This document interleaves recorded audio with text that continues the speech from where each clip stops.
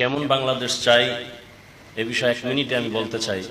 1 নম্বরে, আমরা আসার পথে, আমি আসতে অনেক আগেই আসতাম, যানজটে পড়ে আছি, তো যানজট মুক্ত বাংলাদেশ চাই। দ্বিতীয়ত, গণমাধ্যম কর্মীরা যেন আমার দেশে স্বাধীনভাবে সত্যতা উপস্থাপন করতে পারেন সেই ব্যবস্থা আমরা চাই। তৃতীয়, ইউটিউব ফেসবুক নিয়ন্ত্রণহীন চাই না, বরং নিয়ন্ত্রণ যুক্ত থাকবে, যেন কেউ যার যার মন মতো কিছু করে বিশৃঙ্খলা করতে না পারেন। তৃতীয়ত, আমি চাই আমার প্রবাসে যে ভাই বোনেরা আছেন তারা শান্তিতে নিরাপদে জীবনযাপন করবেন এবং তাদের ফ্যামিলির যারা আমার দেশে আছেন তারাও সংখ্যামুক্তভাবে জীবনযাপন করবেন, সেই ক্ষেত্রে ব্যবস্থা নেয়ার দাবি জানাই।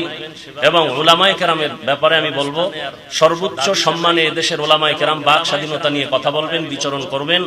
কোন প্রচার মাধ্যমে উলামায়ে কেরামের উপরে ভিন্ন কারো নাম থাকবে, কথা থাকবে না। উলামায়ে কেরাম সর্বোচ্চ সম্মানে থাকবেন, বিষয়ে আমি বলতে চাই।